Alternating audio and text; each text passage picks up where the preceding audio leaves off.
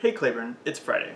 I was going to go by the LEGO Lunar Space Station this week because it maps pretty closely with the project that I started on that I shared last week, and I was very curious about the scale that they were building at and thought that I might be able to learn something from it. But then I didn't buy it.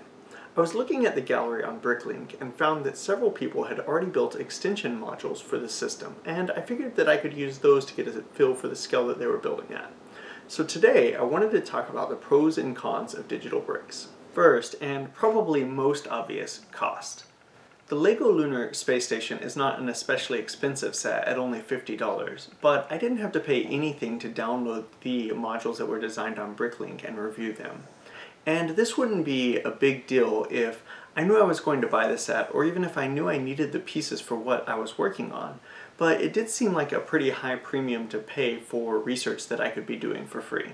And I do want the space station set eventually, I just don't have anywhere I can put it at the moment, because Steven's new favorite experiment is to put his hands everywhere he can get them and try to see what he can grab.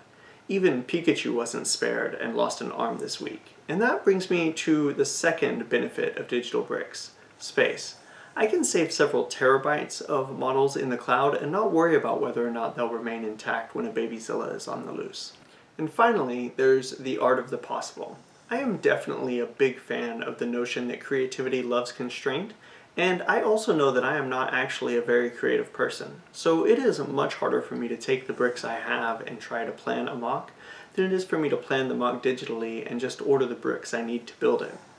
This gives me the opportunity to do things like build the same basic structure 5 or more different ways before I decide which way that I'll actually build it in the mock. However, digital bricks aren't without their own trade-offs, and one of them you've observed before.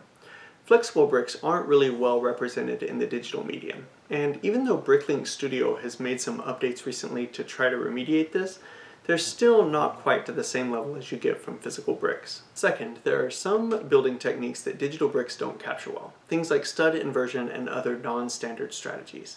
And unlike flexible bricks, Studio's recent updates seem to have made this even more problematic.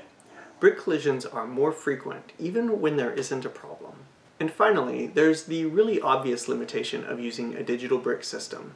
You can't use non-LEGO pieces, whether or not those are alternative manufacturers like BrickArms, or something as simple as a rubber band, which is almost necessary for some builds or build strategies. All that said, I still prefer to start with digital bricks these days, if for no other reason than I can search for exactly the piece that I want.